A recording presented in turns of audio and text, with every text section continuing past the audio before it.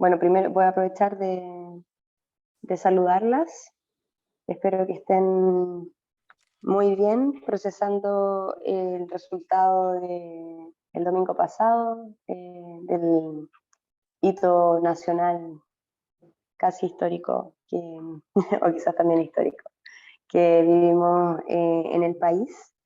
Yo soy Valentina Saavedra, había estado en las otras sesiones, pero no me había tocado estar moderando, hablando, digamos. Y bueno, les doy la bienvenida a esta quinta sesión de la Escuela Mujeres y Ciudad.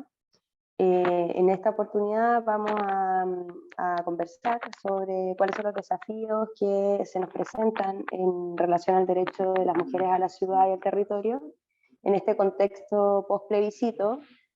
Sabemos que tenemos compañeras que son de Chile, pero que también hay compañeras de Latinoamérica y otras partes del mundo, entonces también para ponerles un poco en contexto, me imagino que igual de todas maneras pueden haberlo seguido por las noticias, pero el domingo pasado en Chile tuvimos un referéndum sobre una propuesta de nueva constitución que elaboró un organismo, un organismo electo democráticamente, de manera paritaria y con cupos de pueblos originarios. Y bueno, esa propuesta, digamos, se desarrolló en el último año por este organismo, por la Convención Constitucional, y abordaba, digamos, diferentes materias en torno a la ciudad y el territorio, como el derecho a la vivienda, el derecho a la naturaleza, nos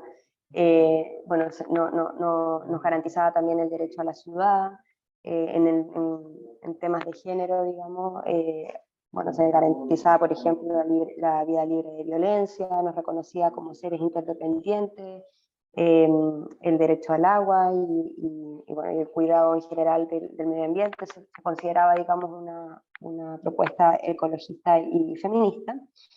Sin embargo, más allá de, digamos, las valoraciones que podamos hacer respecto al caso, que evidentemente, bueno, nosotras desde la Red de Mujeres por la Ciudad estuvimos apoyando, porque además incluso estuvimos trabajando en algunas propuestas de artículos, esta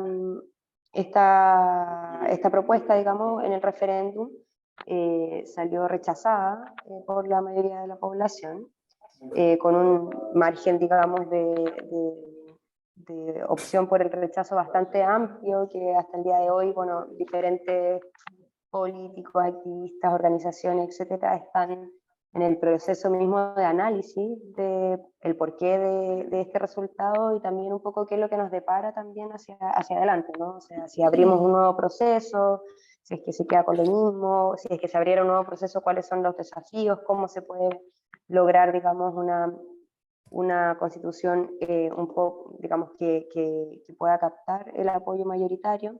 Y en ese sentido es que también quisimos en esta oportunidad poder abordar también esa discusión, obviamente en el marco de lo que significa el derecho de las mujeres a la ciudad y el territorio.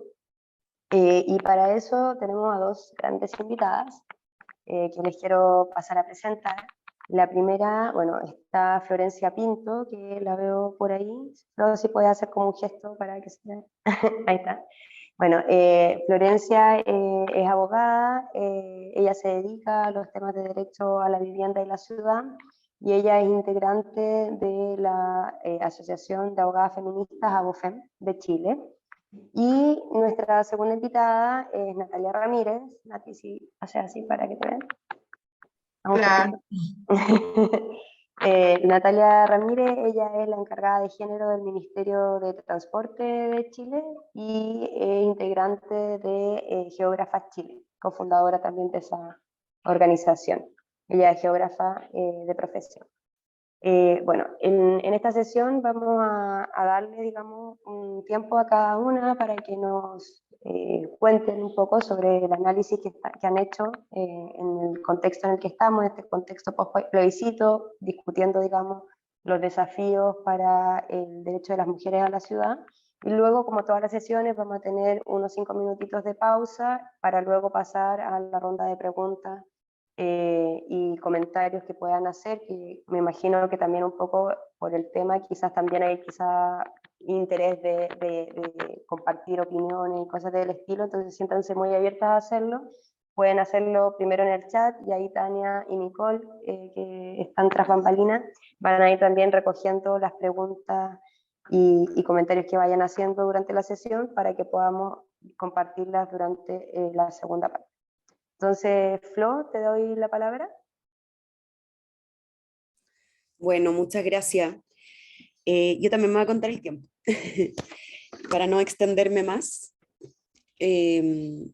Pucha, yo en verdad como que siento que es como si hubiera tenido un quiebre emocional muy fuerte en mi vida con esto, porque llevamos demasiado tiempo trabajando en esto, entonces como que es el vacío después de concluir un proceso y no obtener lo que uno quiere, ¿cierto? O sea, siento que es como haberme echado el examen de grado o algo así, ¿cierto?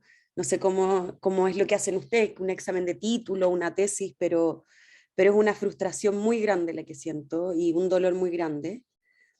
Pero a mí me gustó mucho lo que leí de Alia Trabuco. Alia Trabuco es una abogada feminista, entiendo que también es como socióloga o antropóloga y me pierdo, es muy famosa, y escribió un artículo que se llama Entre la urgencia y la paciencia, que no lo voy a parafrasear, pero se los voy a copiar en el chat para que lo puedan leer después en la tranquilidad cada una de ustedes. Pero me gustó mucho esa frase, entre la urgencia y la paciencia, como que así me siento en realidad, como entre la urgencia de necesitar una nueva constitución, pero entre la paciencia también de pensar bien cómo vamos a ordenar este mono, cuáles van a ser nuestros mínimos, con quiénes nos vamos a unir, vamos a tener listas de independientes o no. Yo creo que son cosas que hay que preguntarse porque desde mi análisis primario que he podido hacer en estos 5 o 6 días, es que creo que la lista de los independientes no sumó políticamente porque el momento político en el que se pidieron independientes era distinto al momento político en el que se empezó a redactar la Constitución. Es como otro Chile el que hay entre medio, a pesar de que son muy pocos meses de diferencia, son como 6, 7 meses de diferencia.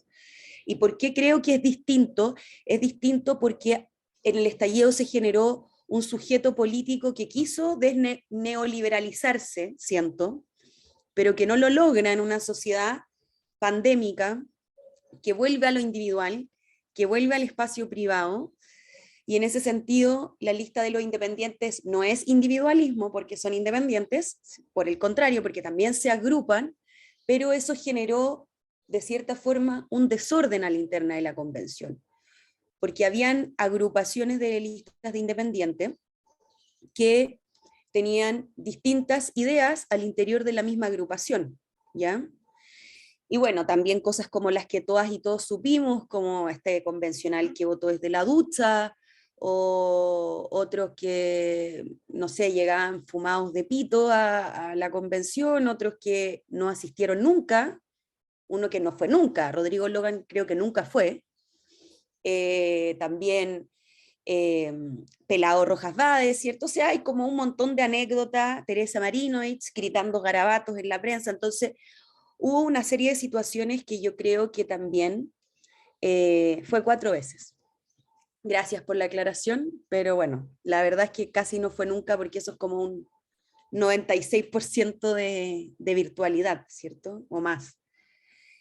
Y en todo este sentido yo creo que el tema de los independientes hay que repensarlo para la nueva constitución.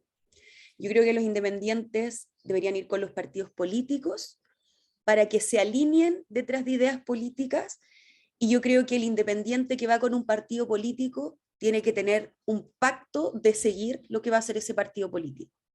Yo soy militante de un partido político igual que la Natalia, igual que Valentina, y mi partido pasó que habían convencionales que eran independientes, pero por un cupo de convergencia social, y votaban lo que querían. Votaban distinto al partido. Otra cosa que también quiero mencionar, perdón, tengo como un papurrí de ideas, es qué también pasa con las personas que representan a movimientos sociales, que en realidad lo que quieren es una demanda, un tema, ¿ya? Hablaba con una amiga que está haciendo su tesis doctoral sobre la representación de la política de las mujeres en la Convención Constitucional, Y justamente me decía que habló con una convencional que defiende un tema en particular, no lo puedo decir porque si no van a saber al tiro quién es, y la convencional le preguntan como, bueno, y tú después empezaste a votar cualquier cosa, ¿cierto? Como cero cuadrada con tu bancada. Sí, porque lo que a mí me interesaba era ganar este derecho, cuando lo obtuve el resto me dio todo lo mismo. Y las constituciones son proyectos políticos muy macro, que exceden a una petición en concreto, ¿cierto? Entonces, había gente que se burlaba y decía, la constitución no es una lista de supermercados. Por supuesto que no, po. Porque yo cuando voy al supermercado y no encuentro, no sé, el jugo liviano que me gusta tomar en la mañana de manzana, no me indigno, ¿cierto? No me indigno si eso no queda, no es un proyecto político que fracasó, o sea, un proyecto personal que fracasó mi ida al supermercado que queda al frente de mi casa. Me devuelvo con todos los otros productos, no dejo el carro tirado, no lo pateo, no digo, ah, chao, no pago más esta cuestión de supermercado, sino que al contrario, pesco el resto de las 55 cosas que compré, que me costaron, no sé, 150 lucas, porque ahora todo es carísimo. No compré nada y salí con una cuenta tremenda, y me devuelvo a mi casa sin el jugo para el desayuno. Y, perdón, lo básico del ejemplo que estoy poniendo, pero lamentablemente eso pasó en la convención. No obtengo algo, entonces la gente, quizás de ciertos sectores políticos de izquierda no partidaria, decían, no quiero la nacionalización de los recursos naturales, esta constitución tiene una pretensión neoliberal por eso, ergo voy a rechazar. ¿Cómo? ¿De verdad neoliberal por eso? Entonces, también siento que no podemos, yo admiro muchísimo el proyecto de Salvador Allende, pero no estamos en la época de Salvador Allende, y tampoco era una de las demandas nacionalizar los recursos naturales. Y si la llegase a hacer, esta propuesta de nueva constitución permitía hacerlo, ¿cierto? Y lo permitía por muchos artículos que no vamos a mencionar porque quizá es una cuestión muy necesaria para la reflexión que estamos dando. Entonces me quedaría primero con esas dos cosas. También creo que haciendo este uso de mi tiempo, porque ya voy como en la mitad, siento que tenemos que ser más inteligentes. Lo que estamos desarticulando o lo que estamos tratando de desbaratar es la lógica guzmaniana. Yo tuve la suerte de estudiar en el nicho de la lógica guzmaniana en Chile, donde se gesta, que es derecho en la Universidad Católica, por lo tanto sé cómo piensan. Sé quién tenemos al frente, no son personas tontas, al contrario. Todos ellos tienen plata para ir a estudiar afuera. Todos ellos han estudiado en los mejores colegios, o la mayoría de ellos. Y todas ellas, pero son pocas ellas, son más ellos. Y no son personas tontas, al contrario. Y lo que hay detrás de la lógica guzmaniana es pura brillantez, que es casi imposible, hasta el día de hoy no podemos desbaratarla. O sea, llevamos 42 años con la misma constitución. ¿Ya? En ese sentido yo pienso que hubo demandas feministas que me pregunto, ¿era necesario? Y me lo pregunto como militante feminista hace como 8 años, 7 años. ¿Era necesario quizás dejar escriturado en la interrupción voluntaria del embarazo? Es una pregunta nada más. ¿Y por qué me lo pregunto? Me lo pregunto porque creo que justo justo el domingo, como una es buena para la tortura, llego a mi casa llorando del comando, porque en AOFEM, no sé si cacharon, pero hicimos toda una campaña informativa feminista, que solo al final pudimos decir apruebo, porque como eran fondos internacionales no podíamos decirlo hasta que se acabara el contrato. Y lo que más nos dijeron las gringas que nos dieron el fondo es, no hablen de aborto, no hablen de aborto, si hablan mucho de aborto van a perder. Itkinson, en Tolerancia Cero el domingo, ¿qué es lo que dice? Dice que la Convención Constitucional empieza a perder aprobación el día que se aprueba la norma de la interrupción voluntaria del embarazo, que es una norma constitucional mal delimitada porque no delimita nada, lo deja demasiado abierto, ¿cierto? Entonces, no es necesario que la Constitución diga hasta las 14 semanas, pero sí puede decir no más allá de las 16 semanas. Perfecto. Le das una tranquilidad a todas las personas, y si alguien dice, bueno, a las 16 semanas ya le late el corazón al feto, tú le respondes, sí, pero por ley se va a determinar hasta cuántas semanas se puede abortar. Entonces, ahora, como había quedado tan abierto, y nuestro país no tiene educación sexual integral, Felipe Cas sale diciendo al día siguiente de esa aprobación de la norma, que dijo que podían haber abortos de 9 meses.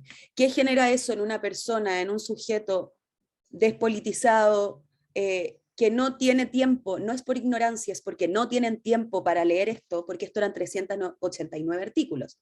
No era poco de lectura. ¿Ya? Yo hay artículos que me los salté, objetivamente, tampoco tenía tiempo. Pero una mujer que tiene 2 trabajos, que tiene que cruzar Santiago, o tiene que usar un bus rural para llegar a su localidad, ¿cómo va a tener tiempo, cierto, de leerlo? Entonces yo siento que esa norma, más que consagrarla derechamente, lo que teníamos que hacer era redefinir el concepto de la vida. ¿Cierto? Porque la Constitución del 80 dice la ley protege la vida del que está por nacer, por lo tanto se entiende que la vida comienza desde la concepción, porque uno está por nacer desde la concepción, evidentemente. Por lo tanto había que decir, la vida comienza con el nacimiento. Definido en los mismos términos del Código Civil, que es cuando te cortan el cordón umbilical, te separas de la madre y puedes vivir un instante siquiera por ti misma o por ti mismo. Desde ahí estamos vivas para el Código Civil, pero para la Constitución estamos vivas de que somos, no sé, un óvulo con un espermatozoide fecundándose. Entonces, siento que faltó esa inteligencia, faltó esa astucia, y yo creo que también necesitamos que desde las demandas sociales, así como desde el derecho a la vivienda, el derecho a la ciudad, al territorio, al transporte, también piensen qué es lo neurálgico de su propuesta constitucional, qué es lo que en verdad necesitan que quede plasmado en el texto, porque es necesario que diga quizá el derecho a una vivienda adecuada, perfecto, eso sí. El derecho a la ciudad, ¿puede ir todo en un mismo artículo? Porque responde quizás todo a lo mismo, quizás sí. Y entonces así no hay 4 artículos. ¿Es necesario especificarlo todo? No sé, pregunto como, es un debate, no tengo la verdad, pero sí creo que hay que ser más inteligentes en la redefinición de ciertos conceptos, porque esa es la lógica guzmaniana que estamos desbaratando. Espero que esa idea se haya entendido, porque de verdad estoy como media dormida todavía, entonces no estoy muy astuta. Y por último, yo creo que necesitamos a convencionales que esto lo puedan hacer en menos tiempo, que tengan, por eso decía antes lo de los partidos políticos, porque en mi lógica cada bancada debería tener 1 o 2 asesores, nada de jefe de gabinete, de jefe distrital, de comunicaciones. Esto no es el Congreso, esto es un poder constituyente originario, no es constituido, no es el Congreso Nacional. Y en ese sentido creo que así la nueva convención podría decir, nosotros vamos a gastar 1/5 de los recursos que ellos gastaron en asesores. Listo, aprobación al tiro, porque la gente está pasando hambre con la inflación. Y la gente necesita que los políticos y las políticas, porque todos los que entraron ahí, ¿cierto? A pesar de que no militan, igual son parte de la política. Quizás no del establishment, pero sí son parte de la política. Y pienso que ahí tienen que haber asesores jurídicos por bancada. ¿Por qué? Porque tú tenías que cada convencional tenía su propio asesor jurídico, y cada uno hacía lo que quería. Y eran todos rockstar. Todos eran unos rockstar, porque salían los convencionales. Una vez fue muy chistoso, porque fui a la convención con una compañera de Bofema a exponer, y había una asesora dando un punto de prensa. Yo como, no sé, como no entendí. Bueno, después caché que era por un tema como un sindicato y que no les habían pagado el primer mes, y dije, bueno, ya, me lo banco. Pero también había mucha luz, como mucha necesidad de cámara, y los convencionales todo el rato se iban a pelear como quién salía más en la tele. Y es como, no, pues lo que necesitamos nosotros es que ustedes se dediquen a pensar en este tema, a escribir este tema, y que descansen para que el día siguiente no tengan que estar empastillados y neuróticos en su trabajo, porque eso es lo que pasó también en la convención, y yo creo que, o sea, yo supongo que acá todas pensamos más o menos parecido, y eso es triste, Porque si estamos hablando en una constitución del derecho al trabajo digno, al derecho al descanso, y tenemos convencionales que tienen que tomarse pastillas para poder trabajar, lo encuentro súper lamentable. Y encuentro muy lamentable de que hayan tenido que declarar hábiles el sábado y el domingo. Te creo el sábado, pero el domingo ya me parece un exceso, ¿cierto? Hay que tener derecho a descansar. Sí, no sé, no estoy no haciendo una autocrítica, yo también creo que los partidos nos equivocamos mucho, pero no me va a dar el tiempo para decirlo. Yo creo que los partidos, uy, se me acabó el tiempo. Yo creo que los partidos, solo para terminar, también fueron desastrosos. Los partidos, no por lo menos, cosas que yo vi, no pudieron controlar a los convencionales. Los convencionales tenían dentro de las mismas bancadas ideas distintas, unos querían parlamentarismo, otros presidencialismo, otros semipresidencialismo, unos querían Senado, otros no querían Senado. Entonces, yo creo que todos se equivocaron, pero también quiero hacer esa crítica porque siento que de ahí se generó mucho malestar en la gente, porque decían, ¿qué onda este convencional que hace lo que quiere, que vota desde la ducha, y yo me levanto a las 5 de la mañana para llegar a mi pega a las 8 todos los días? Y de ese convencional puede ser de partido o no de partido. Yo creo que aquí el jugo fue transversal en esas cosas, y que no se tomaron en serio el rol al que tenían que cumplir. Y bueno, la última cosa que iba a decir, porque me distraje con lo de los partidos políticos, es que creo que cuando esto se escrituró, cuando esto ya se imprimió y cada una de nosotras lo compró, no se puede retroceder respecto de eso. Y creo que eso es muy bonito. Cuando me encontré con Rita Segato, por coincidencia, no porque la conozca, el día del Caupolicanazo, me la encontré en el GAM, y ella nos dijo, no se pongan tristes si pierden, y fue como, no sé, como una pitoniza, porque yo creo que ya sabía que íbamos a perder, y nosotras no lo queríamos ver, obviamente, y nos dijo, bueno, pero ya está escrito, de ahí no se retrocede. Y en eso hay cosas que no vamos a retroceder, como en paridad, escaños reservados, yo tampoco lo retrocedería. Y yo creo que hay muchos derechos que quedaron, Estado social de derechos que no podemos retroceder, y hay otras cosas que yo sí entregaría en esta pasada, porque lo que necesitamos es asegurar una mejor vida para la gente. Perdón el exceso de tiempo, Vale y Nati. No, muchas gracias, Flo. Agarraste varios elementos del análisis, y me parece interesante también cómo se pueden ir hilando.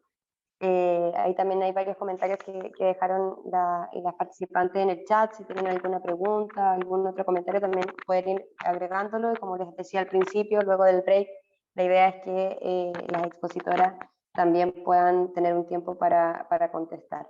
Vamos a pasar a la exposición de Natalia, para luego vamos a dar el tiempo, y si quieres también puedes revisar por mientras el chat y todo eso. Muchas gracias, Flor.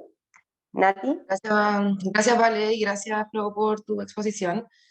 Voy a tratar de ser un poco ordenada. Yo entiendo que ha pasado una semana, y a todas las personas que estamos acá seguramente hemos tenido muchos estados de análisis de la situación y también qué es lo que pasó, un poco considerando que el rechazo a la propuesta constitucional fue muy amplio, bastante más. Yo la verdad es que no estaba segura si ganamos o no. Pasé por periodos, pero nunca jamás pensé que la diferencia entre ambos resultados iba a ser tan amplia. Entonces, cuando hablamos de qué faltó en el proceso para responder más fielmente a las expectativas de la población, creo que primero que todo que hay un factor que nosotros estamos, expectativas de la población. ¿A qué población le estábamos hablando? Cuando hay un cambio entre el voto voluntario y un voto obligatorio, hay un 85% de participación, cosa que tampoco era muy esperada. Yo pensaba que también pudiese haber sido que la gente no le importara tanto incluso las multas, qué sé yo, como la posibilidad de participar obligatoriamente, no lo veía como un factor tan predeterminante, si bien sabíamos que iba a tener cuestiones que nos iba a sorprender. Por otro lado también está el tema del CERVEL, que hizo la georreferenciación. Entonces las votaciones son más expresión de lo local, según colegios como iban saliendo. eso también tiene mucho para analizar cuando nos pongamos a ver como por comunas, por colegios, por zonas, barrios, cuáles fueron las votaciones que salieron. También desglosar un poquito el resultado va a ser interesante. Entonces, me parece que cuando pensamos qué faltó en el proceso, faltó también entender que estamos hablándole a todo Chile de una manera quizás quedó un poquito encapsulada la convención en un proceso que ya había terminado o que ya había, más que terminado, ya había pasado una primera etapa, que está llegando al estallido, posterior a eso hubo una pandemia, con una recesión económica también importante. Entonces, hay cuestiones que toca de fondo la convención y hay otras cuestiones que no toca, que son algunos males y dolores cotidianos de las personas, de las mujeres. Cuando vemos el desglose de la votación, las mujeres sobre 45 años votaron en gran cantidad rechazo y también votaron muchísimas más que los que habían votado en las elecciones anteriores. Entonces hay población a la cual nosotros no les estuvimos hablando y no les hablamos, no dialogamos con ella. También, por ejemplo, cuando hablamos de demandas inmediatas, creo que el tema de la seguridad, en distintos factores lo que considera la seguridad. Yo, por ejemplo, como mencionaba la Vale, trabajo en el Ministerio de Transporte y trabajo temas de género en el Ministerio de Transporte. Y una de las cuestiones de las que me he tenido que ir haciendo cargo para poder perspectivar una proyección de transversalizar el feminismo en una política pública tiene que ver principalmente hasta ahora con incorporar los temas de seguridad en la movilidad. Eso significa que el tema de seguridad puede ser abordado desde múltiples factores. Y hoy día la convención también mostró, en base también a fake news y a otros tipos de relatos que no estaban cercanos a la realidad de lo que proponía el texto, sí uno podía observar ahí que habían cuestiones de inseguridad, por ejemplo, el tema de las casas. Que hay un reportaje en CIPER que salió que una de las principales razones por las cuales las personas votaron rechazo es el miedo a que te quitaran tus casas. Y esa cuestión se fue instalando. Nosotros tampoco fuimos capaces de dar seguridad al respecto de lo que decía el texto. Por otro lado, creo que cosas que faltaron en el proceso con algo de perspectiva es que las elecciones fueron, las de constituyentes, que algo dijo la Flor, fueron distintas a las otras elecciones, como es un órgano que se constituye exclusivamente para redactar una constitución y que se desarma posterior a eso. Entonces, la constitución de la convención tampoco tenía por qué ser 100% representativa.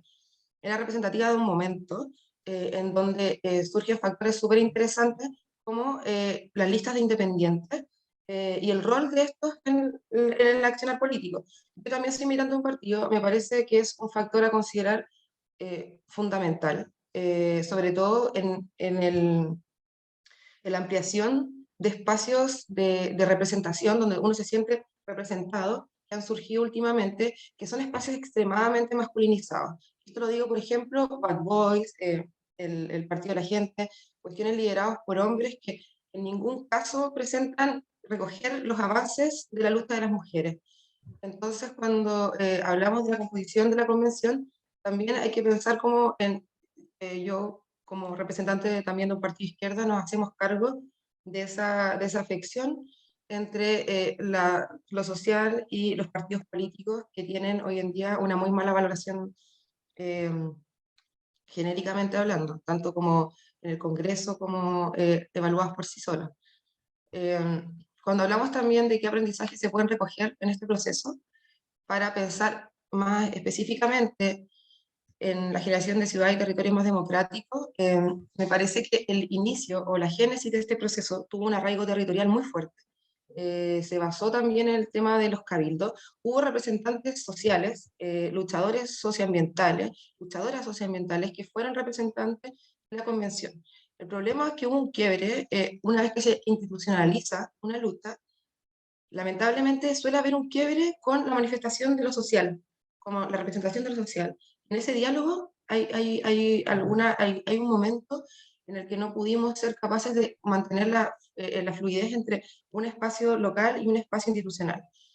Creo que ahí también erramos en no mantener el activo político social. Y eso cuando uno habla que la desarticulación que hace el neoliberalismo en base a una cultura individualista, nosotros tenemos que romper con eso y es un rol como de cada una de nosotras que nos organizamos y asistimos a estas cuestiones para poder mantener un activo social, el tejido social que, como se dice. En ese sentido me parece que igual la propuesta de la convención toma cuestiones que son importantes de revalorizar y también como de profundizar y que pueden ser cuestiones no necesariamente perdidas en un nuevo texto.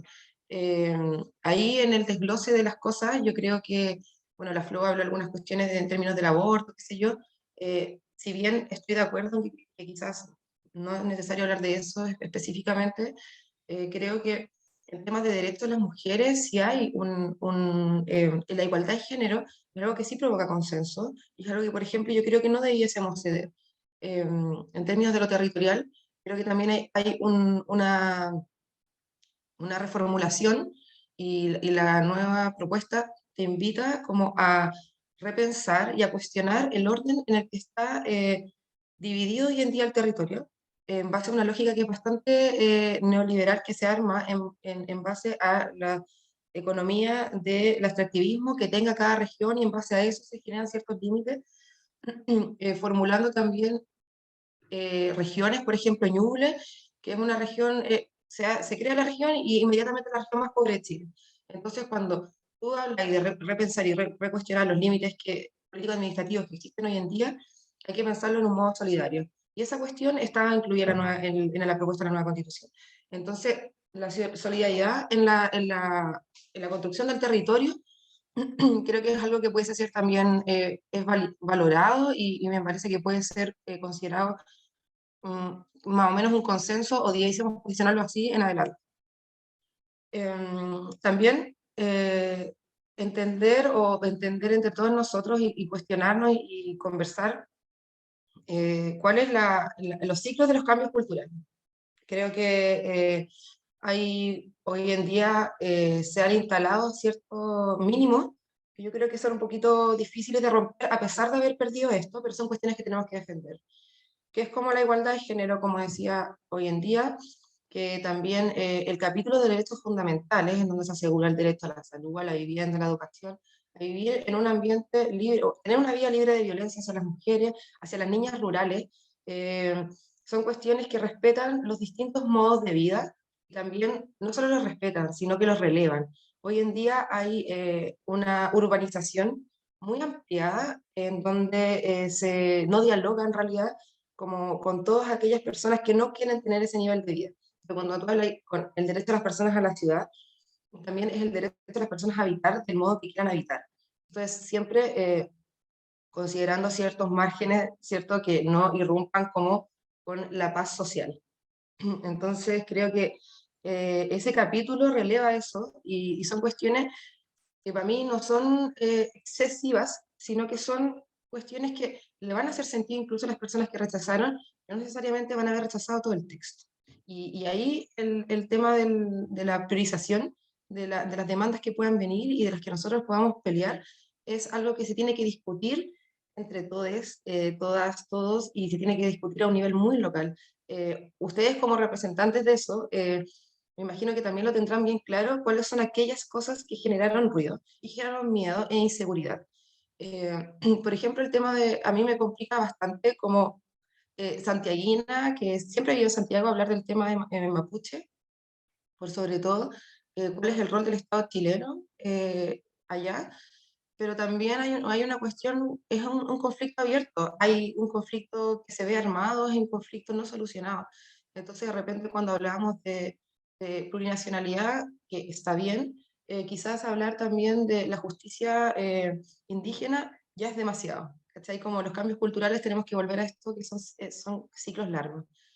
Em, Considerando ahora como em, los... qué desafíos esperan en materia de derecho al habitar y también cómo se puede aportar desde los territorios y barrios para el avance de los derechos de las mujeres y disidencias sexogenéricas. Bueno, en primer lugar creo que también tenemos que construir como una ciudadanía o un diálogo con la ciudadanía, aquellas personas que estamos dispuestas a organizarnos como son las personas que están acá, un diálogo que salga un poco de nuestra zona de confort. Y esa cuestión lo digo muy desde un lugar que yo también tengo que hacer, porque realmente hay 4 millones, 3 millones de personas, 4 millones de personas que nosotros no conocíamos que hoy día votaron y que votaron rechazo por diferentes razones. Como le decía, ese reportaje de CIPER menciona principalmente el tema de la vivienda y que como un miedo que no tiene nada que ver con el relato oficial del texto de la propuesta constitucional. Entonces, tanto la forma en la que hablamos, los canales que utilizamos y la reproducción cultural que nosotros queremos proyectar es una cuestión que tenemos que cuestionarnos hoy en día. Y me parece que tenemos que involucrarnos profundamente en eso, en la comunicación. Creo que la comunicación una clave para una propuesta política que tiene que necesariamente tener un margen de acción mucho más amplio de lo que estamos teniendo. También creo que en ese diálogo cultural no puede en ningún caso ser de manera de que hay gente que viene a enseñarle a otras personas. Acá, las personas del 38% de la prueba, ciertamente tenemos que aprender muchísimo de la sociedad chilena, en su amplio sentido y en su largo trayecto de norte a sur y sus particularidades locales. Chile es muy diverso, es radicalmente diverso, a la interna de las ciudades y entre las ciudades y el diálogo con los territorios aledaños. O sea, hoy en día no se reconocen los territorios rurales, la cultura rural no se reconoce los territorios de tránsito, y tampoco se reconocen, por ejemplo, las zonas intermedias, que son de trayecto entre lo urbano y lo rural, que son territorios híbridos que tienen realidades muy particulares, que se les llama zonas dormitorio, pero que también muchas veces son lugares que fueron comidos por una ciudad o por un margen urbano, que hoy en día tienen distintos niveles de socioeconómico, hay perturbaciones en lo cultural y varias cuestiones que hoy en día no, hablando desde un lugar de comodidad, desde la ciudad, qué sé yo, no nos hace sentido a ellos cuando tú le habláis del derecho al territorio de la ciudad. ¿Sí? Creo que hay que escuchar más, mucho más de lo que hemos escuchado, con un margen de tolerancia también mucho más amplio. Em, También creo que en los términos de derechos de mujeres y disidencias sexogenéricas hay cuestiones identitarias que no digo que no tengan que estar, pero sí hay que generar mejores condiciones identitarias. O sea, desde las mujeres que venimos levantando movimientos feministas y que venimos recogiendo lo que han levantado mujeres hace muchos años en términos de feminismo, eh, tenemos que ir adaptándonos también a las nuevas eras y a las nuevas épocas. O sea, hoy en día tenemos que buscar también la forma de incluir los derechos de las personas disidentes y también de los diversos feminismos, porque creo que hoy día los feminismos son bastante diversos y que dialogan de maneras como un poco identitarias en algunos aspectos. Y cuando hablo del tema de la seguridad, que lo vuelvo a poner sobre la mesa, es un tema que no es solamente hoy día una preocupación de un gobierno, sino que una preocupación de toda la sociedad, y nosotras como mujeres sabemos bien que el involucramiento que tengamos nosotras con otras personas y como la seguridad comunitaria, sin caer necesariamente en términos como discriminatorios o disruptivos con otras culturas, con la migración, etcétera, tenemos que hacernos cargo también de la seguridad de la vida. Entonces, creo que tenemos que ampliar nuestro margen identitario si queremos hacer sentido y también entender el país en el que estamos viviendo. Creo que hoy en día hay un reto grande que es entender cómo funciona la identidad individualista neoliberal con la que estamos lidiando hoy en día, cómo queremos pasar un poco a una sociedad un poco más comunitaria y también conocer a las 4 millones de personas que votaron estas elecciones, de las cuales nosotros no teníamos ningún conocimiento. Hay muchas de estas personas que no han votado en ninguna elección anteriormente, y la pregunta es por qué, más allá de la respuesta lógica que es que tienen desconfianza de un sistema político, porque eso es así, pero digo, es una respuesta muy cómoda, y que en ningún caso se va a hacer cargo de la complejidad de las razones por qué esas personas votaron hoy en día rechazo y por qué no habían votado antes o no eran parte del diálogo político en particular.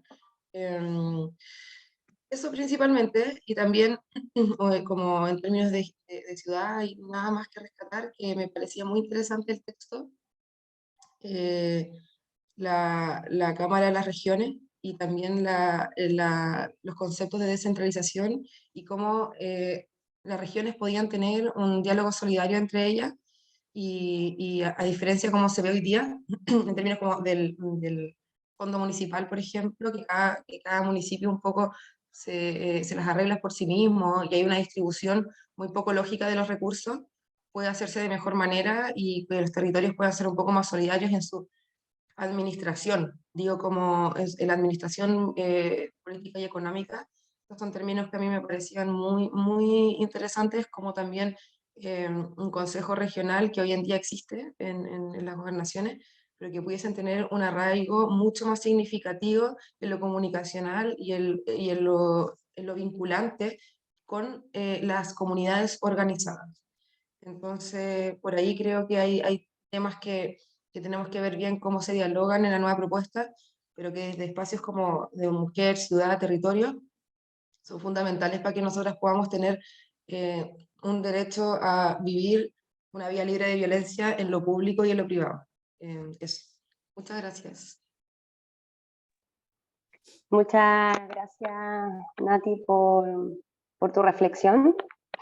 Bueno, antes de pasar, les quiero recordar a todas que si quieren dejar alguna pregunta, algún comentario en el chat, bueno, he visto que ya lo han ido haciendo, tienen estos 5 minutos también de receso para también incorporar por si se les escapó alguna cosa. Entonces, para contarles un poquito a la Nati y a la Flo cómo funciona esto, vamos a dejar 5 minutos para que vayan a buscar un café o lo que sea.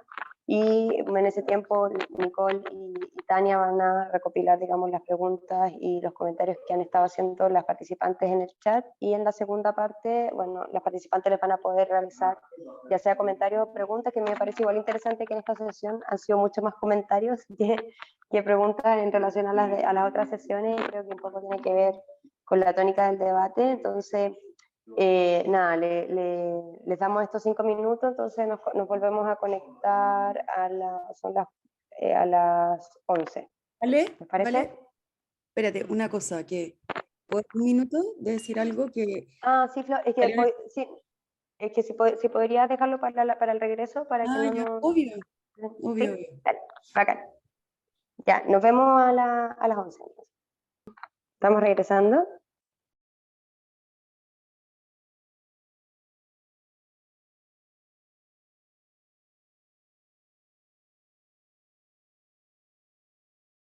Necesito saber si me escuchan. Ahora sí. Sí. Vale, perfecto. Bueno, como hay varios comentarios, vamos a tratar de no... Ay, por favor, apaguen sus micrófonos.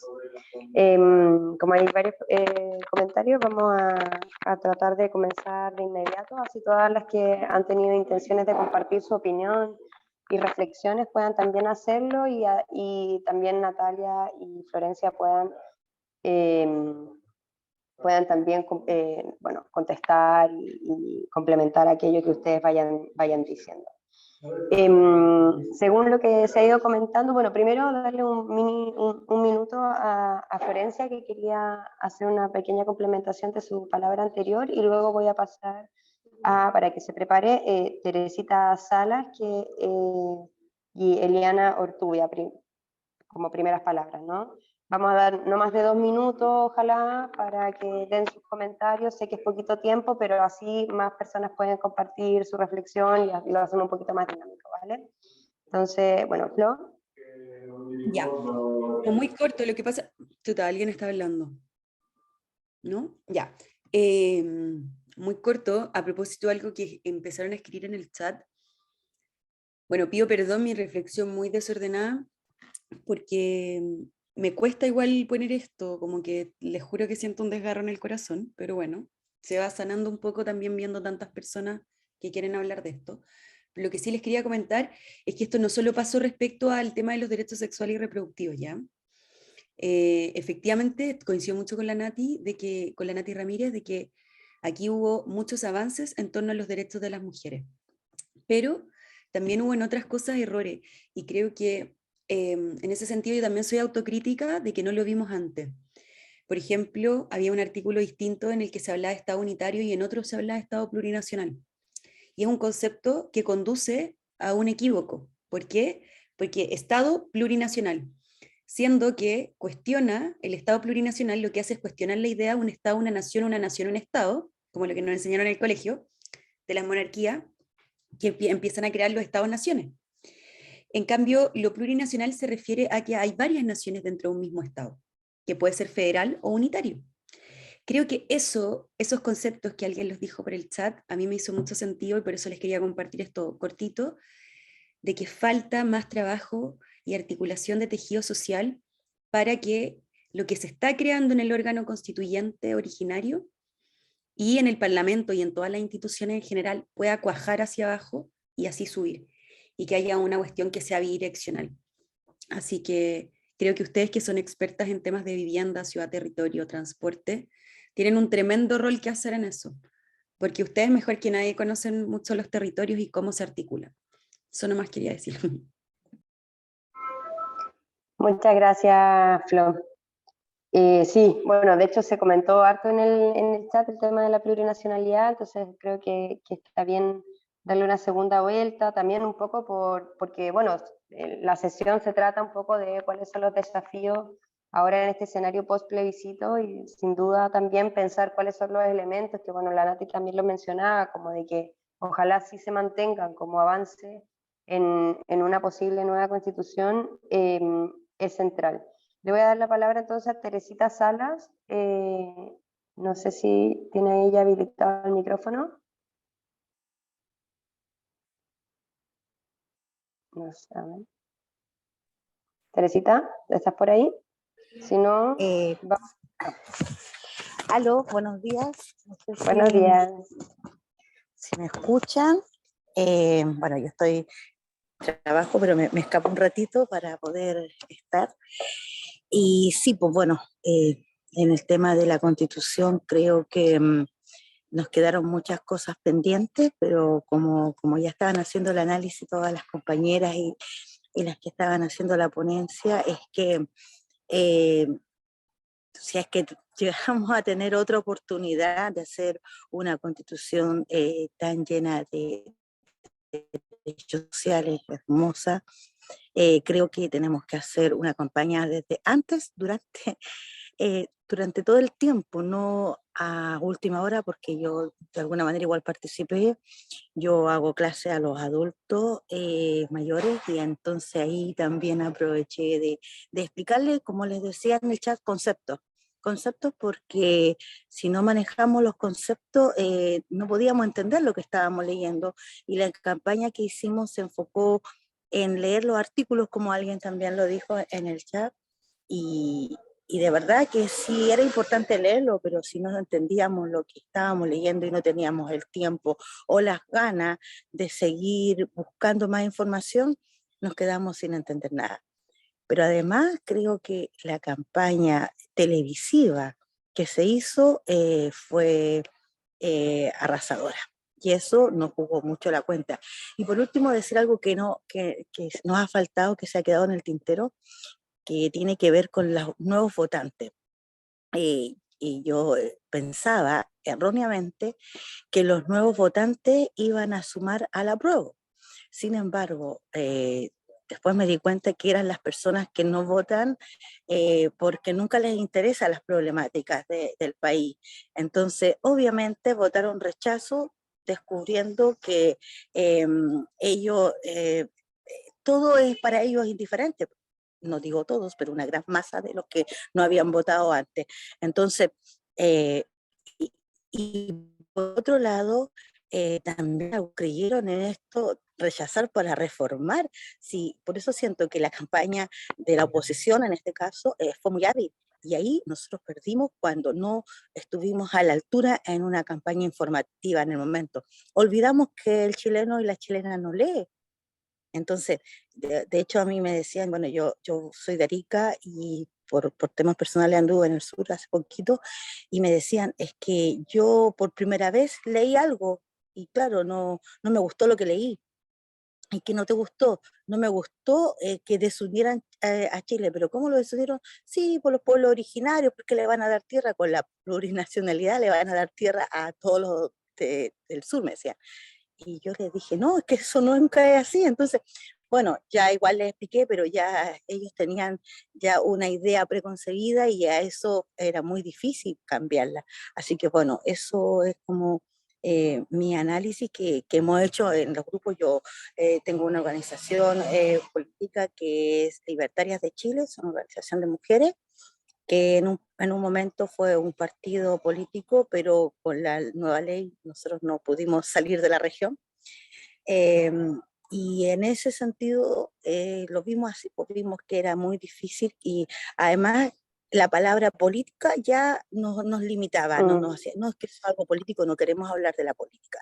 Entonces, antes de la votación de plebiscito tuvimos una escuela política en Iquique de mujeres con enfoque de género, y bueno, ahí también tomamos el tema de la Constitución, y nos costó mucho porque muchas mujeres decían, no, es que esto no es político, ¿y por qué ustedes están haciendo política? Entonces, la mujer no hace incidencia política, no conoce, o sea, de verdad tenemos mucho trabajo que hacer ahí, compañera. Así que bueno, no me extiendo más, les envío un abrazo tremendo a cada una de ustedes. Muchas gracias. Muchas gracias, Teresita, por tu análisis y compartir también tu experiencia. Creo que eso de todas maneras ayuda a que vayamos teniendo distintas versiones y visiones, porque, bueno, como fuimos viendo en las reflexiones de Natalia y de Florencia, y este resultado, digamos, tiene muchas causas, ¿no? Como no es una sola, entonces ahí este relato de experiencias también nos van ayudando a comprender las distintas razones por que se da la votación. Te agradezco por compartirlo, y ahora le quiero dar la palabra a Eliana Ortubia, que también le quiero remarcar que por favor no se tome más de 2 a 3 minutos para que todas puedan conversar. Bueno, buen día a todas. Bueno, les hablo, mi nombre es Eliana Ortubia Díaz, soy de Mendoza, estoy participando en la escuela, agradecida de este espacio, muy contenta de poder compartir, y bueno, también muy contenta de poder escuchar ahí a Florencia, a Natalia sobre esto, que bueno, nos tiene también muy atentas en este lugar. Un poco he venido siguiendo, digamos, el proceso chileno porque, bueno, estamos muy cerquita, ¿no? Solo nos divide la cordillera y siempre es como inspirador poder mirar lo que también vienen construyendo. Y me quedaba pensando en esto que ustedes compartían también, cómo muchas veces, yo también soy militante social y política, digamos, acá participo dentro del espacio del Frente de Todos, y muchas veces cuando podríamos decir, vamos como obteniendo algunos triunfos, como creo que fue, digamos, haber podido primero avanzar en poder modificar la Constitución, de alguna manera también después haber ganado, logrado, digamos, que Boric llegue a la presidencia, creo que también son logros, y como por ahí yo pensaba en esto de, bueno, el rol que tuvo la derecha durante todo el proceso desde que asumió la constituyente, que fue cotidianamente ir construyendo una deslegitimidad sobre ese espacio, que por ahí, bueno, no lo escuchaba algo como tan presente en los discursos. Entiendo que como bien decían, estar en este momento atravesando todo este proceso como muy doloroso de sentir de esta derrota, tiene también un poco que ver con eso, que me parece, comparto un montón de todo lo que han dicho, de los distintos, digamos, aspectos, pero bueno, me quedaba pensando en esto de si no hubo también cierta subestimación sobre lo que la derecha hizo durante, no una vez que estuvo escrito, digamos, el texto, sino desde el 4 de julio del 2021, cuando asumió la constituyente, y cómo eso tuvo un impacto precisamente, ¿no?, en un voto que después fue obligatorio y que convocó o obligó, digamos, a un montón de personas también, ¿no?, a participar ahí. como un poco preguntar eso, ¿no? Cómo también a veces cuando más o menos vamos obteniendo algunos logros perdemos de vista esos aspectos. Y bueno, y también pensaba un poco en esto, ¿no? Como cuando avanzamos como profundamente, yo vengo sintiendo que en Chile hay un proceso de correr el límite de lo posible como muy sostenido en estos últimos años, que también tiene que ver con todos los procesos de resistencias que se dan. Bueno, los poderes fácticos no nos dejan cuando ese cambio es mucho más profundo, y creo que la constituyente significa mucho eso, ¿no? Esta nueva constitución. Así que bueno, nada, eso, compartirles eso y agradecerles por el espacio y abrazarlas fuerte en este momento, porque bueno, mansa pega, como dicen ustedes, han hecho, y gran lucha también la que vienen dando. Así que gracias. Muchas gracias, Eliana. Bueno, teniendo esas dos preguntas, igual voy a pasar a una tercera para que puedan intervenir nuestras expositoras. Le doy la palabra a Sandra Acuña. No sé si estás por ahí, Sandra.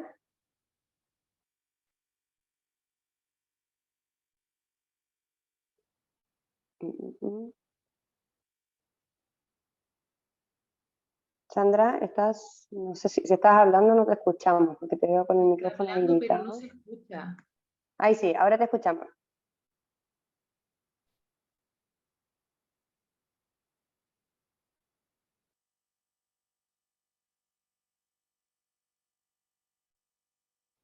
Ay, no sé si soy yo o el resto la escucha. No, no se escuchaba la Sandra.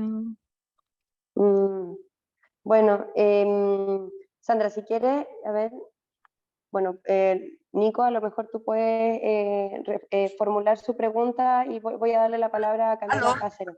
¿Ahí sí? Ahí no sé. ¿Ahí sí? Ahí Sí, sí. ¿Escucha? Sandra, ¿eres tú? Ahora sí. Ahora sí. Sí. No había Ya, abierto el perfecto. micrófono, perdón. Ya. Está bien, no te Buenos preocupes. días a todos. En realidad, una indignación muy grande. Me sentí muy mal.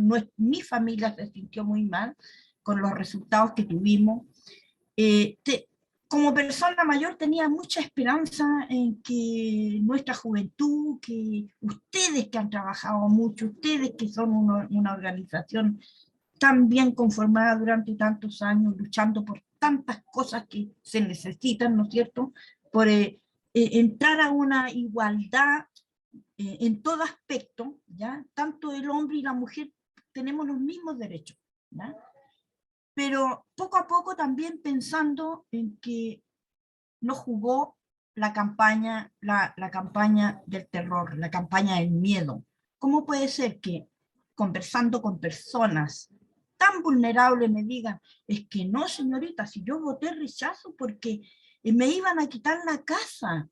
Y una persona que tuve un contacto que es de derecha me dice, oye, después no vamos a poder ir a la 9ª región porque le van a entregar los territorios a los mapuches y no vamos a poder entrar a la 9ª región.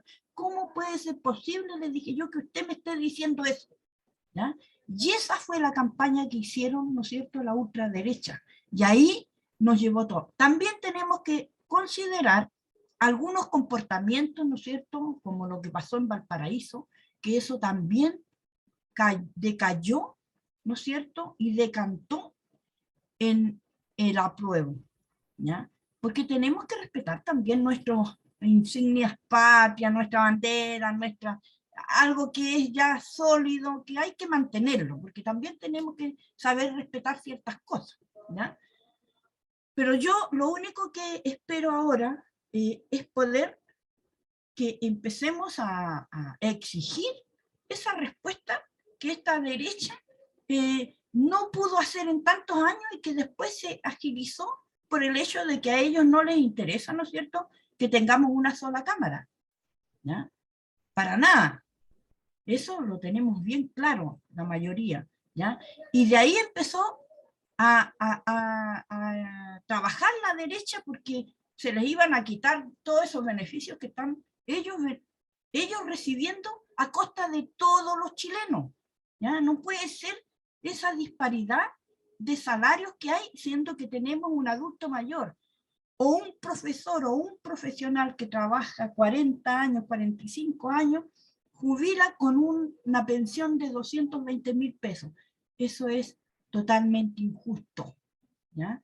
Y hay una generalidad de cosas, pero aquí lo que hay que tener presente es la capacitación. Y una de las cosas que falta mucho fue la educación cívica que sacaron de los colegios. La educación cívica se perdió en Chile.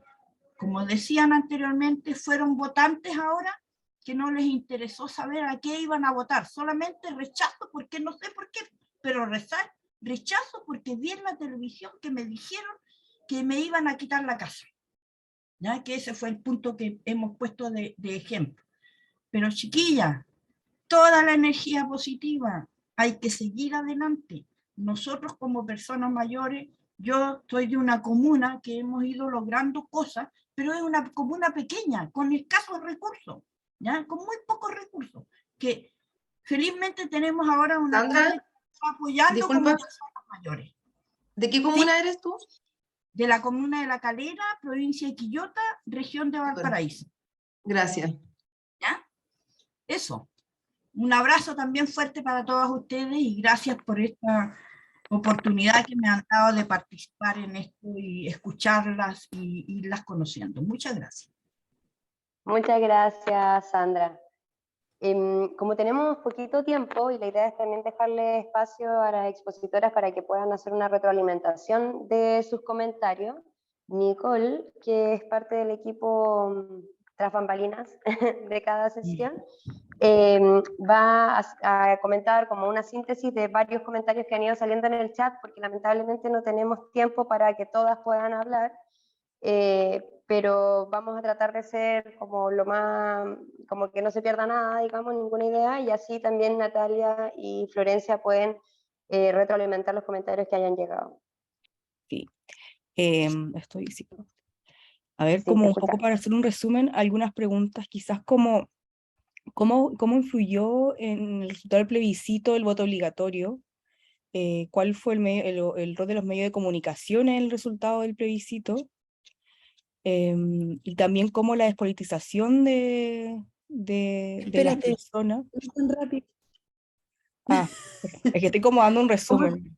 Pero ya, ¿cómo ¿Cómo fue influyó el obligatorio? voto obligatorio? Ujú.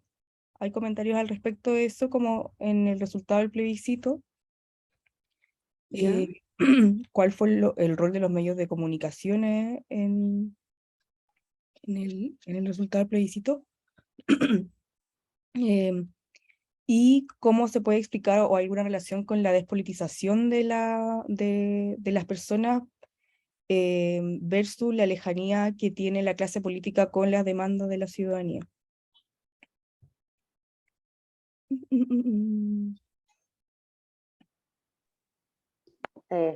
Eso. Estamos, ¿no? Mm, Bueno, gracias Nico. De nada. Entonces, bueno, la idea es dejarle unos 3-4 minutos a Natalia y a Florencia para que puedan hacer una retroalimentación.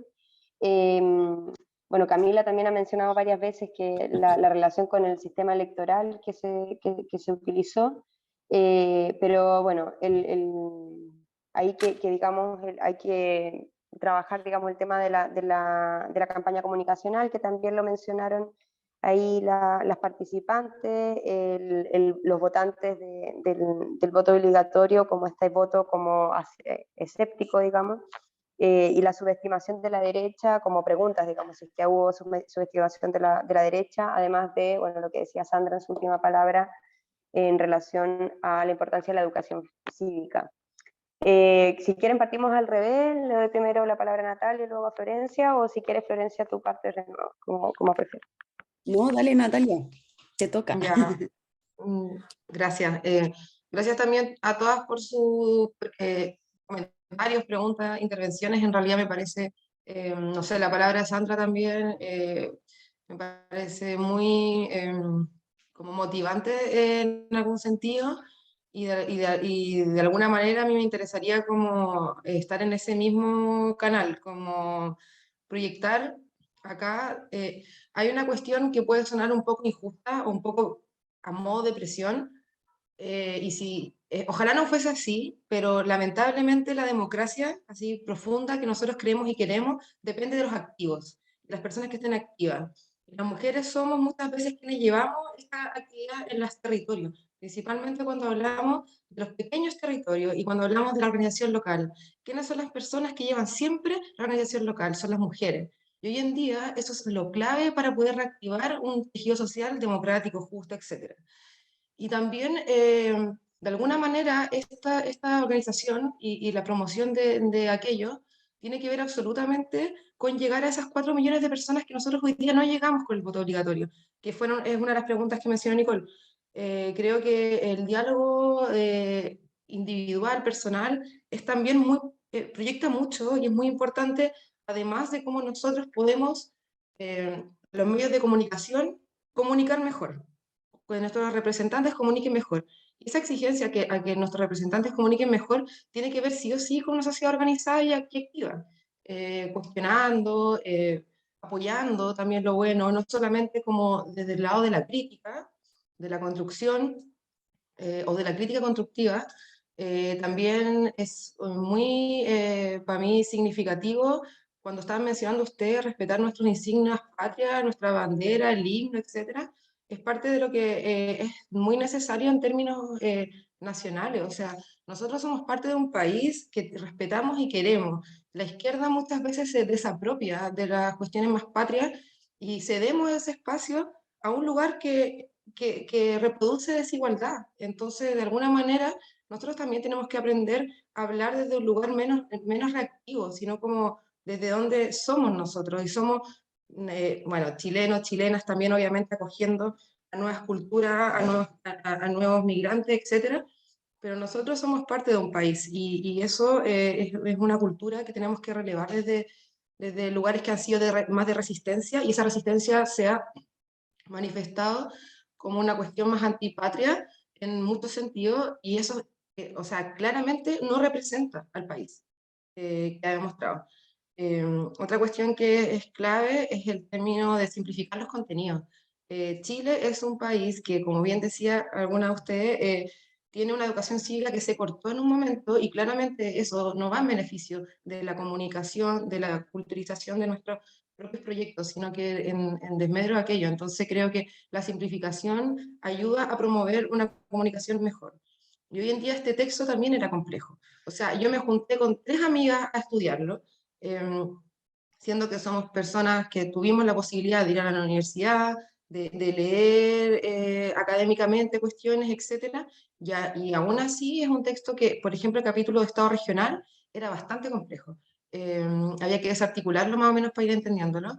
Y así me parece que cuesta también que un texto que tan transformador, un salto gigante entre uno y otro, pueda hacer sentido, sino que más bien genera inseguridad. Y por último, creo que es importante cuando hablamos de la despolitización y el voto obligatorio y el rol de los medios de comunicación, que decía Nicole, creo que todo eso está un poquito relacionado. Como bien decía antes, me parece que es importante que nosotros, en términos de a quién hablamos, o sea, cómo hablamos y a quién hablamos, diversifiquemos el contenido. Leía por ahí en el chat que a muchas mujeres sobre 45 años, sobre 50 años, la palabra feminismo quizá no le hace sentido, pero si tú en vez de decir, por ejemplo, yo, como les comentaba, en transporte trabajo temas de género, pero ¿a quién le va a hacer sentido si tú hablas de cuestiones con perspectiva de género? O sea, la perspectiva de género es una forma en la cual nosotros materializamos o concretamos acciones. Y las acciones son mucho más sencillas de lo que suena la perspectiva de género, que es algo que no hace, no genera identidad, no genera como concreciones. Tú no podías explicarlo necesariamente con algo concreto. Entonces, es importante que el feminismo, por ejemplo, o la perspectiva de género y su aplicación, sea desglosada. O sea, cuando tú hablas de igualdad de género, ¿qué significa eso? O sea, hoy en día las mujeres tenemos menor posibilidad de estar en la calle a ciertas horas por inseguridad. Las mujeres ganamos menos plata, las mujeres somos responsables de los trabajos, somos responsables no reconocidamente de los trabajos reproductivos y de cuidado, la reproducción de la vida. Y todo eso, hay formas de explicarla mejor que hablando solamente de feminismo. Entonces, si bien digo, no quiero dejar la palabra feminismo de lado, jamás, pero sí es necesario darle contenido a aquello, y el contenido es tan amplio como la cantidad de mujeres que somos, entonces igual hay que ampliar los márgenes de la comodidad que nosotras manejamos, y eso significa ceder, ceder ante nuevas posibilidades también de visiones. Eso. Gracias, chiquillas. Muchas gracias, Nati. Flor. Ya, wow. Nati, me gustó mucho lo que planteaste, y de hecho me gustaría colgarme de algo que creo que se traduce como en toda tu exposición respecto al lenguaje y a simplificarlo. Yo creo que, y desde ABOFEM, el rol que hemos tenido desde el día 1 que existimos es democratizar el derecho, y para democratizar el derecho hay que simplificarlo. Y eso no significa creer que las personas son ignorantes, ni que son poco cultas, porque no creo que se trate de eso. Yo creo que también qué tanto uno lee o qué tan poco uno lee también depende de una serie de factores, como ustedes bien saben, que incluso influyen en el territorio, ¿cierto? O sea, porque obviamente yo voy a leer menos y tengo que desplazarme mucho tiempo, y eso impide tener el tiempo para el ocio, para leer.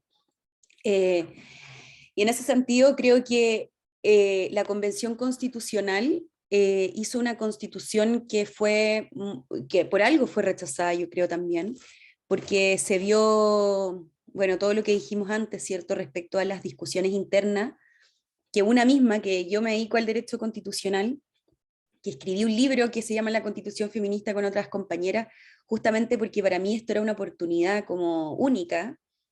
Para los que no saben, los que nos dedicamos a derecho constitucional somos como no sé cómo decirlo, pero como los que nos va mal económicamente en el derecho, ¿cierto? Porque no es un área muy popular, no es la área más rentable, no es ser tributarista ni penalista, entonces obviamente no es un área como que haya tenido la posibilidad de pensar que íbamos a tener una nueva constitución.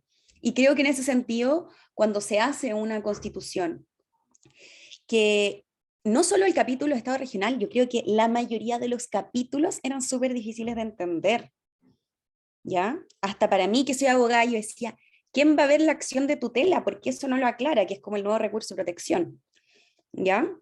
Entonces le preguntaba a una amiga que fue convencional y me dice, no, pues los tribunales comunes. ¿Cuáles son los comunes? ¿Los civiles? Sí, perfecto. Entonces habían cosas que no se entendían, que no eran autosuficientes, y creo que eso no puede volver a pasarnos. Creo que simplificar el lenguaje también pasa por ir a los territorios y explicarlos. Yo creo que la franja fue muy emotiva también en el sentido como Boric, que ahí sí pegaba porque había una dicotomía, esperanza-miedo. Ahora no había una dicotomía, porque el establishment, los partidos políticos, los medios de comunicación, lo único que hicieron fue difundir miedo, como bien ustedes, todas las que hablaron en sus reflexiones, y también lo dijo la Natalia, influyeron en eso. Pero sin duda, yo creo que tenemos un texto que no pudo cuajar a la gente, y quizás debería haber habido una franja que explicara por qué, si está el derecho a propiedad, el derecho a la vivienda, entonces tú vas a poder tener tu propiedad, pero también vas a poder arrendar, también te van a poder prestar una casa, ¿cierto? O sea, etcétera. Y creo que eso no cuajó, y por eso yo creo, y no sé en qué minuto, pero creo que hay que volcarse a los territorios, hacer mucho trabajo de hablar de conceptos como perspectiva de género no significa favorecer a las mujeres, significa evaluar cómo la norma jurídica tiene efectos diferenciados, hombres, mujeres, LGBTIQ+, personas mayores, personas con discapacidad, etc. ¿Cierto? Eso es la perspectiva de género, porque el derecho tiene una perspectiva androcéntrica en su génesis, y esa perspectiva androcéntrica se ha dicho neutra, se ha dicho abstracta, se ha dicho universal, porque esa es la forma en la que los hombres se ven a sí mismos, ¿cierto? Estoy parafraseando a Frances Olsen en un texto muy bueno que se llama El sexo del derecho, y ella dice, el derecho tiene un género y es el masculino, ¿cierto? Porque así se estructura la sociedad, como en estos binomios, lo bueno, lo malo, sensible, racional, ¿cierto? Y también porque esos binomios están jerarquizados. En ese sentido, creo que el lenguaje fue un lenguaje que no cuajó, y que también habían normas que no se especificaron, ciertas cosas que quizás se deberían haber especificado. Yo sé que lo del aborto quizás puede ser por ley, como para terminar la idea, puede ser por ley, pero quizás la gente necesitaba una certeza en eso. No podrá ser más allá de las 16 semanas o de las 15 semanas, estoy inventando, ¿ya? Y por ley se va a definir si hasta las 12, las 14, las 15, las 15 y media, lo que sea, ¿ya? También lo mismo pasó con justicia indígena, porque justicia indígena no había ningún artículo que te dijera que se prohibía en materia penal, y eso solo lo entendíamos los abogados nerds, que sabemos que la justicia indígena en materia penal no existe. ¿Y por qué no existe? Porque la justicia indígena está formada de puros usos y costumbres, y el derecho penal tiene que estar escrito todo tipificado de manera muy concreta. O sea, si yo cometí un delito el día antes de que se creara un tribunal, no me pueden juzgar en ese tribunal, me tienen que juzgar en el tribunal anterior. Que eso es lo que pasó porque todavía hasta el día de hoy convive el sistema penal antiguo con el sistema penal moderno, ¿cierto?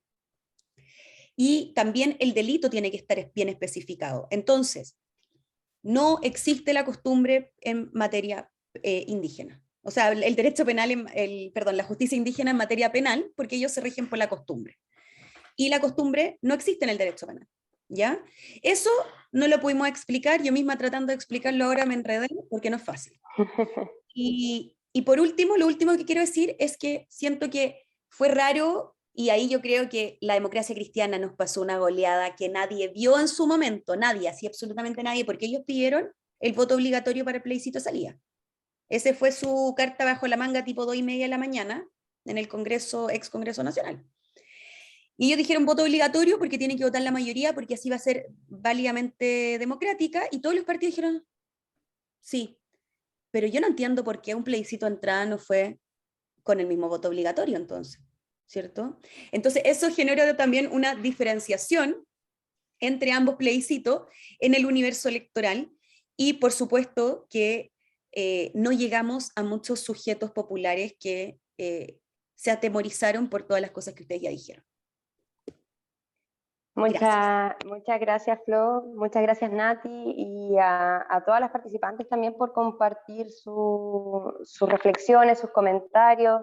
Creo que hoy día, bueno, evidentemente ha pasado poquito tiempo desde el plebiscito, y por lo tanto lo que queríamos hacer era compartir también un espacio para a ver si ayuda también a procesar un poco cómo se fue dando todo el escenario político, social, digamos, que nos lleva a a este resultado. Y bueno, evidentemente no se va a resolver, digamos, con un análisis como unicausal, ¿no? O sea, tiene diferentes razones, como decían nuestras expositoras, las personas que votaban o que votamos, somos distintas y por lo tanto con distintos intereses y nos mueven distintas cosas, y bueno, quizá ahí el desafío más grande va a tener que ser el cómo volvemos a construir ciertas identidades que nos unifiquen y que nos permitan, digamos, que el miedo no nos gane a la posibilidad de un cambio, y quizá ahí, bueno, como decía también Florencia, ver hasta dónde se puede realmente el cambio y no tratar de avanzar más de lo que la mayoría de la población está disponible, ¿no? Aquí, bueno, yo anoté algunas de las cuestiones que se fueron diciendo, como por ejemplo, bueno, la reflexión sobre el voto obligatorio, y también un poco cómo se abre este abanico de personas que tuvieron que ir a votar y que hasta hace no mucho no solo no se sentían convocadas, sino que quizás las campañas tampoco se enfocaron en ella. La subestimación de la derecha, no solamente en el periodo de campaña, sino antes, los errores mismos de la convención, se habló como de esto de la individualización o farandulización, yo le puse como esto que decían de los rockstar, la relación que tiene que haber entre los independientes y los partidos, sin asumir de que uno o el otro es lo correcto, pero sí entender cómo se puede ir trabajando quizás en nuevos organismos con eso. Ya decían algunas de la importancia de la educación cívica y de reencantar obviamente a la población con las posibilidades de cambio. Yo creo que parte de los objetivos de la escuela también tienen relación con eso, ¿no? Que quizás es otra escala de transformaciones que podemos ir haciendo en nuestros territorios, pero sin duda son fundamentales para la vida cotidiana y también la reconstrucción del tejido social del que tanto hablamos, ¿no? un poco en esa misma línea y reconociendo de que, bueno, en esta escuela la gran mayoría de las participantes son dirigentes vecinales, barriales, territoriales, de ONG, etcétera, etcétera, activistas en general, todas muy admirables. Les quiero hacer una invitación, y es que en un par de sesiones más, no en la siguiente, para que darles un tiempo suficiente, la sesión se trata de, bueno, concretamente compartir las experiencias de ustedes como participantes, ¿no? Como de dónde vienen, cuáles son sus activismos, de qué se trata su organización, por qué se organizaron, etcétera. Y bueno, como somos bastante en la escuela, lo que pensamos con el equipo es una forma más didáctica de hacerla es que nos puedan enviar un video de no más de 3 minutos contando, bueno, cómo se llaman, de qué región son o de qué país son, si es que son fuera de Chile, de qué organización son y el por qué, digamos, están organizadas en torno a los derechos a la ciudad, al territorio y las distintas variantes, digamos, que esto pueda tener, considerando de que todas nos organizamos por distintas cosas, pero la idea es poder conocer un poco sus causas y cómo ha sido el trabajo de su organización. Nosotras vamos a compilar todos esos videos de manera que sea más fácil presentarlo y así todas pueden conocer un poco. Esto también viene del aprendizaje de la primera versión de la escuela, en que las participantes nos decían, bueno, igual queremos saber en qué están nuestras otras compañeras, y bueno, vamos a tener después una sesión para hacer una retroalimentación, y etcétera, pero lo primero que les queríamos pedir es que nos puedan enviar ese video. No es necesario que sea un video profesional ni nada, no, aquí como lo que somos, o sea, un video selfie que te grabe una amiga o lo que sea con el celular es suficiente, y se lo pueden enviar por el WhatsApp a la Nicole, que es la que maneja el chat de difusión, o por el mail, si es que así lo prefieren. Y también avisarles de que el próximo sábado no hay clases, no va a haber sesión, porque es día, digamos, feriado, entonces no queríamos abusar también del tiempo que ustedes quizás hayan podido disponer para compartir con sus familias, amigos, etc. Entonces, con esos dos avisos y con el mayor de los agradecimientos a Natalia y a Florencia por sus exposiciones y a todas ustedes por compartir su opinión, damos por cerrada esta quinta sesión de la escuela. Muchas gracias, Vale, y a todas por escucharnos y compartir su experiencia y dudas también. Muchas gracias. Y Gracias. muchas gracias por invitarme, de verdad me encantó conocerlas y qué power un curso por mujeres, me encanta. Chau.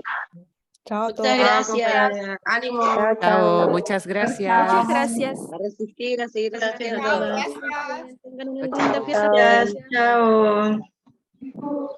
Chao.